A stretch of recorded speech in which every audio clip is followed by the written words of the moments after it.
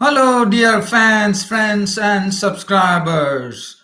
Once again, we were treated to a wonderful match at the Bull Ring, as we call it, the Wanderers in Johannesburg, between South Africa and Pakistan, where the match once again piqued everyone's interest right till the match got over. But in the end, it was the victory for South Africa by 17 runs. But let's talk about an astonishing performance from one of Pakistan's openers who came in a blaze into international cricket, as you would remember. His name, Fakhar Zaman, the opener, who kept and it was a pitch chock full of runs. There was nothing in for the bowlers. It was all about the batting, as South Africa recorded a huge total of 341 on the board, and the Pakistanis just fell short by 17 runs. But what a knock, an astonishing batting performance from Fakhar Zaman, who announced his form after a long time. And I mean, as I said, he came into in a real blaze when he came to international cricket, and he started making headlines. But after that, his form tapered off. But today, he really wielded the bat like a sword and made 193, which is the highest score by a Pakistani cricketer in a one-day international cricket. What a knock that was! 193. The last time that happened was the former Pakistan opener Saeed Anwar crashing 100 and I think it was 190 odd runs, if I'm not wrong, against India. I do remember that particular match, which I saw actually. But this was another one real capital performance coming in from one of the wonderful openers from Pakistan, Fakhar Zaman. I'll be talking about that, but what a game that was. And then we will also have a look at some other cricket news as well, if at all time permits. But I think the more concentration today would be on this particular match. But let's talk about this particular match. But before that, what I would like to do here is I'm going to go through Fakhar Zaman's 193. Now, let's first see what was his score. I mean, this was really an astonishing batting performance from Fakhar Zaman. Even though Pakistan finished on the losing side, I was very happy to see that Fakhar Zaman was given the man of the match, and I think that was the right way to go, as Fakhar Zaman he was run out on 193, and with 31 runs required of the final over, if at all Fakhar Zaman would have not been run out, that would have been very interesting, because as far as Fakhar Zaman was out in the final over. There were 31 runs required, and he took 2 runs. But well, he already hit Tabrai Shamsi for 5 sixes in an over of 6 balls. So this man was really capable, and he looked in the mood, but unfortunately he was run out for 193. He consumed 155 balls, blazed 18 boundaries, and slashed 10 sixes. What a knock from him. So I'm going to go through his record here. It has been a really wonderful record. As I said, Fakhar Zaman, and this is the highest ever individual score in an ODI chase in one-day international cricket. The previous highest belonged to Shane Watson of Australia when he made an unbeaten 185 against Bangladesh in 2011. And the other one, which was a one successful ODI chase, was Sachin Tendulkar against Australia in 2009 when he made 175. But the other players who have chasing, we have got Virat Kohli making 183 versus Pakistan, Dhoni making 180, all big knocks. But the highest score, Fakhar Zaman just missed it by 1 run. The highest one-day international score belongs to a Zimbabwean batsman by the name Charles Coventry, who made 194 against Bangladesh in 2009. So Fakhar Zaman could have become the first ever player in the history of ODI cricket to score a double century, but that was not to be. But definitely, what a knock that was! And let's have a look at Fakhar Zaman. Still keeping a check on Fakhar Zaman as to what he has done for Pakistan today. And as I said, this is the highest score by a Pakistani cricketer in ODI cricket. And also, he hit, as I told you, hit 6 sixes against the bowling of Tabrai Shamsi. Only Morgan has done that. Ian Morgan had hit seven sixes of Rashid Khan during the 2019 World Cup of the Afghanistan spinner. So Fakhar Zaman came close over there as well. But what a match it was. As I said, this was the highest ever successful chase, highest ever individual score in an ODI chase. And that was really, really very, very interesting. So now, as we have already looked at it, let's get into this particular match.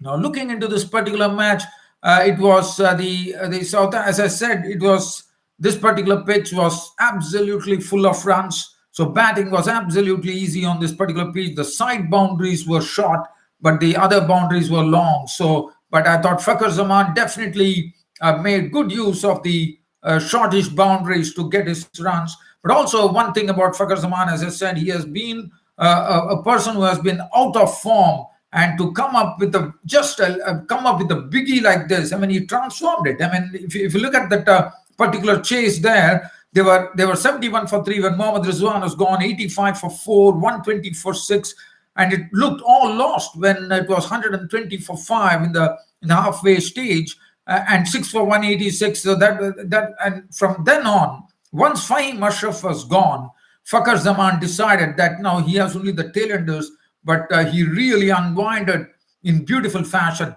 And also full credit to Fakhar Zaman. I mean, even though he's a very aggressive cricketer, what one liked about his batting was to really, really stay at the crease, show a great sense of maturity, trying to just nurdle the runs and get the singles. But still, as you know, he's a stroke maker, so he will keep the scoreboard moving for sure. But he definitely made it count when it came to the final analysis. What a knock from Fakhar Zaman. We'll keep talking about that, but let's talk about the game now. And let's talk about this particular game. So, as I said, South Africans were the ones who batted first, and there were a lot of runs to be had. And South Africa went on to a very big total of 341 for 6. They first got a 55-run partnership between Quinton de Kock and Markram. Markram was the only one I thought to miss out on this. He was out for 39 of 34 deliveries with 4 fours and 2 sixes.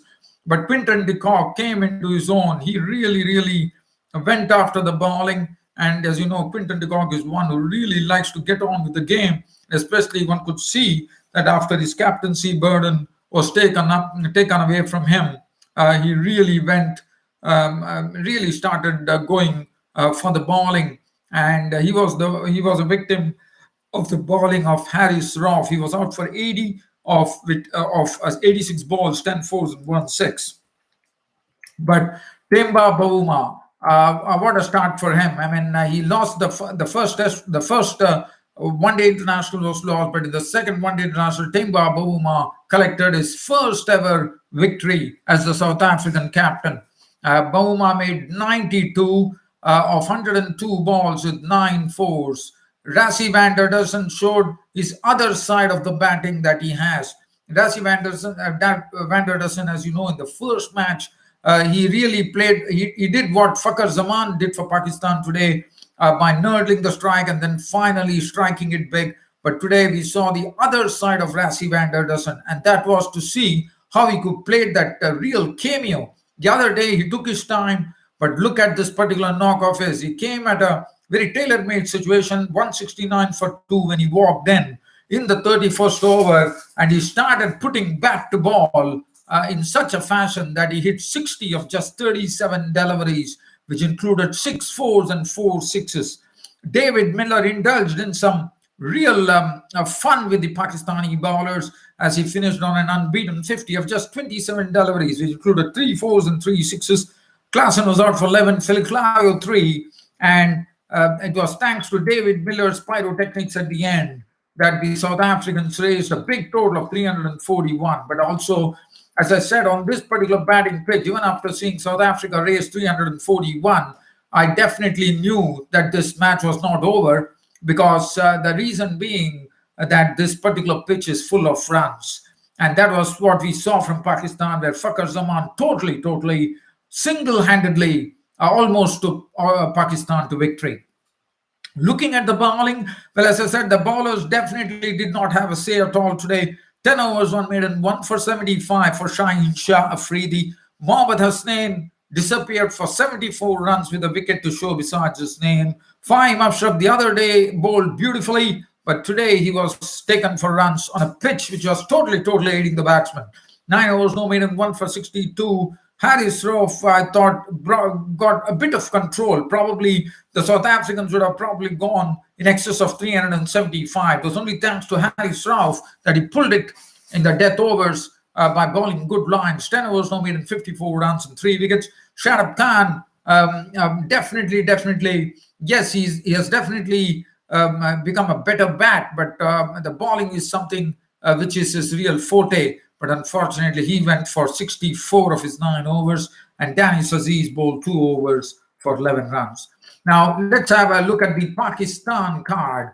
If you look at the Pakistan card there, it started off with Imam ul Haq and Fakhar Zaman opening, but today it was the turn of Imam ul Haq to be the first victim as he fished at a delivery which was moving away. Nigiri, as I said, was bowling very well. He was keeping the seam absolutely upright.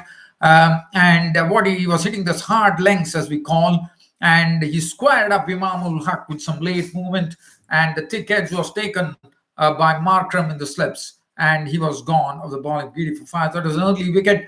But after that, Babar Azam came in, and Babar Azam, as you know, once he comes in, he's someone who imposes himself with his stroke making. As we saw, we only got a very brief glimpse of Babar Azam for 31. But as I said, this particular pitch, one thing was that Norgay is one bowler who likes to hit those hard lengths and also can really bowl those real short stuff. And he could extract the bounce out of the pitch. And Babar Azam going into a pull shot was a victim. Fakhar Zaman was just trying to keep the scoreboard moving and just stay at the crease. But Babar Azam was trying to pull a ball from outside the off stump, and the ball flew in the air. And Bahuma at mid-wicket, absolutely, it was really fun to watch Bahuma absolutely bobble with the ball as the ball went in and out 2 to 3 times and finally settled down in Bahuma's hands. And Babar Azam was walking back to the pavilion, caught Bahuma ball Norgay, 31 of 33 deliveries, 6 boundaries. Mohammad Rizwan walked in, and Mohammad Rizwan, for a change, I would say, because he has been such a consistent player for Pakistan. But today, Mohammad Rizwan was not his day, as Mohammad Rizwan was out to the very second delivery. And this was an over in which Norgay was really causing havoc, one could say, because he picked up two vital wickets for South Africa when he dismissed Babar Azam and Mohammad Rizwan in the same over. With the last delivery, it was a good length ball outside the off stump, and Mohammad Rizwan went and poked at it, and the catch was taken by Klassen. And Mohammad Rizwan, as I said, has never failed, and today, very unfortunately, he was dismissed for a blob. Danish Aziz definitely finding the international cricket very tough going. He had an opportunity here with a good batting pitch, but what Norgay does best is to really soften up the batsman, and that's what he precisely did.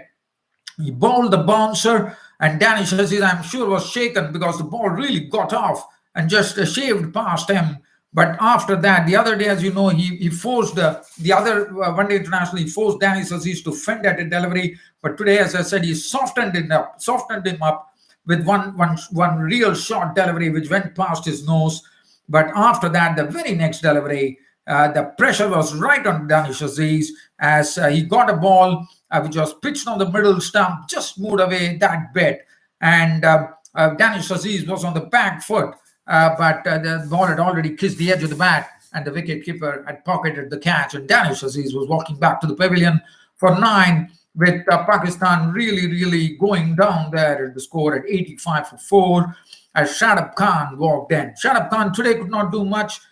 He was just trying to give company to Fakhar Zaman, but at 13 he tried to sweep a delivery, missed the ball. The ball went and hit the stumps, hit the pads, and the verdict was out. Shadab Khan, LBW ball Shamsi for 13 of 23 deliveries, 1-4. And Asif Ali, who Pakistan, I thought, has given a lot of chances to this bloke. Asif Ali, I know that he has been doing very well in the domestic cricket. He's a guy who hits the long ball, but today it was not to be. He tried his bit. He tried to rein himself in along with Fakhar Zaman, but only to a certain extent. But again, the order of the day was to get some runs because, as I said, he and from 120 for 5, which was a sorry situation for Pakistan in the halfway mark. At least Asif Ali gave some company to Fakhar Zaman, but Asif Ali, after contributing 19 of 27 balls, attempted a big shot at the bowling of Felikwayo and Markram picking up the catch. Kept picking the catch, and Fahim Ashraf also disappointed. I thought he was caught by Deacock of the bowling of Felikwayo, as it was a short ball, not a good shot from Fahim Ashraf under the circumstances, and that really left this Pakistan really gaping at a hole there at 205 for 7, and it looked like absolute no-hopers when Fahim Ashraf left the scene. But suddenly we saw this man Fakhar Zaman, who had stayed there, really did a nice anchoring for his team, and finally came absolutely alive as he started whacking the bowling, and especially hitting 5 sixes of the bowling of Tabraiz Shamsi was an absolute treat to watch, as Tabraiz Shamsi was taken absolutely apart when 31 runs were taken off that particular over, which really transformed the match as he brought Pakistan back into the game with those big hits. And Fakhar Zaman suddenly was a transformed player, as he knew that he only has the tail-enders Shaheen Shah, Afridi, Rauf and Hasnain to come. He really started wielding the willow like a rapier, as he really cut the South African bowlers absolutely apart with some big blows of the spinners. And he also went against the pace bowler. He started hitting some wonderful strokes. As I said, he targeted the side boundaries. Now, the side boundaries are a bit short, but the other long boundaries, anything in front of the wicket, he had to really heave them high. But he also did that when Norgay's one of the deliveries which bounced, he actually sent him soaring over square leg for a big 6. And that went on happening. But now the drama started unfolding at the time. 205 for 7 when Ashraf departed. And Shaheen Shah Afridi, when Shaheen Shah Afridi came, the amount of hitting, if you look at it, 68 runs were added in pretty quick time. If you look at it, it was probably in 8 overs, 69 runs, and bulk of the scoring was done by none other than Fakhar Zaman, who was stroking the ball to a nicety, and he was seeing the ball absolutely like a football, I reckon, at that particular stage of the game. And things went on and on and on, and finally some drama as the Pakistan got a bit closer. They breached the 300 mark with Fakhar Zaman in absolutely full flow, and now it was a game. So if you look at it, this Andal Felikwayo, I mean, runs were really cascading. But the 49th over, which was bowled by Felikwayo, was a very crucial one. They needed 31 of the last. So the penultimate over was a very crucial over, in which Felikwayo, the other day also, he showed that he can be a good death bowler. And once again, Andal Felikwayo exhibiting the game awareness and showing what he can do, bowling some good deliveries and keeping the batsman quiet, and only 7 runs. So that really started putting the pressure on Fakhar Zaman with 31 runs required of the final over. Shaheen Shah Afridi was out in the previous over to Rabada, and then Haris Rauf came in, and Fakhar Zaman, now it was 31 runs, but looking at the mood, as I said, the Felikwayo, to me, I would be really crediting this particular over to Felikwayo, because, as I said, Fakhar Zaman was on absolutely full flight. And if say, for example, Andal Felikwayo had bowled a bad over, I would have said that probably Pakistan would have taken the game. But it was not to be, because of the penultimate over bowled by Felikwayo, the 49th over. It put pressure on Pakistan and put pressure on Fakhar Zaman as well. But with 31 runs required of the final over, which was actually, I think it was given, if I'm not wrong, it was given to Lungi Giri. I'm just trying to see. I think it was Lungi Giri who was bowling the final over. I just need to have a check-in on that. I'm just going to check that for you, dear friends. I think it was, yes, Lungi Giri was bowling the final over. And at this time, Fakhar had actually, he wanted to get the runs. He actually held in for the second run, but there was a bit of hesitation as he turned around. And by the time it was all over, Markram at center really spearing throw, and he had hit the stumps without Quinton de Kock having nothing to do, and the bails were off. And that was the end of Fakhar Zaman. What a knock from Fakhar Zaman, as I said, as he walked out.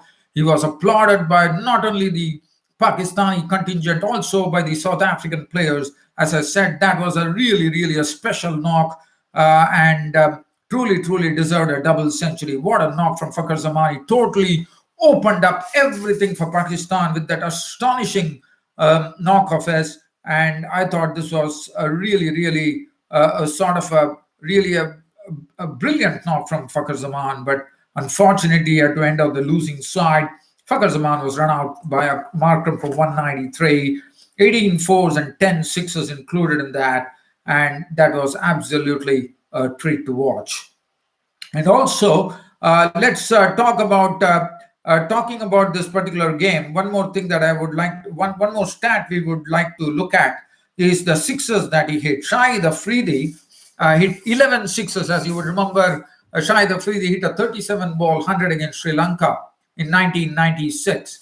And Fakhar Zaman has hit 10 sixes. So you can just say, I mean, there's no doubt about Fakhar Zaman's talent. We all know that what he's capable of. As I said, he announced himself on the international stage. I think it was in the World Cup in a very, very big manner. So there was absolutely no doubt about it. But he was definitely a bit out of form. But the way he actually roared into form, that was a real sight today. And what a match we had. I mean, it is getting as exciting as it can get. So just before, I don't think I'll be able to talk about anything else today, as time has really been consumed. But what I can do, IPL is round the corner, guys. Another next week, we have the IPL, Indian Premier League 2021, kicking off. But I'm just going to leave you with a live cricket update coming in from the 22nd match between Wellington and Auckland, where Wellington were 342 all out. Auckland are trailing by 120 runs, but they have replied strongly at the end of the second day, with Glenn Phillips making 36. Robert O'Donnell is not out on 100 with 12 fours and 3 sixes. William O'Donnell is not out on 79, so probably they are the O'Donnell brothers, I reckon, 9 fours and 1 6. So that's the match update coming in from Auckland in the Plunket Shield in New Zealand in the Domestic Cup. Well, dear fans and subscribers, that's it from me for the present. And looking forward to your company. As I said, I won't be, once again, you will be seeing me only on Saturday. That's a sad part of it. But definitely, you can always hook on to my Twitter page. You can become a subscriber to me on YouTube. You can become a follower with me on Twitter. You can go on to my cricket Reddit page and become a follower as well. And my cricket website is something that you should look at, www.cricket-status.com. You can always look at that as well. Well, as I said, I would definitely be during the week, Monday to Friday. It will be mostly my go-to would be the cricket Reddit page. So keep an eye on the cricket Reddit page, where I will be doing some short blogs there, and also the Twitter at times when I actually, if at all something unique happens, I climb on to Twitter to tweet about that as well. Well, dear fans and subscribers, but there has been thorough entertainment here at the Wanderers in the Bull Ring in Johannesburg. With this being said, this is your host Ram signing off this on a weekend. Thank you.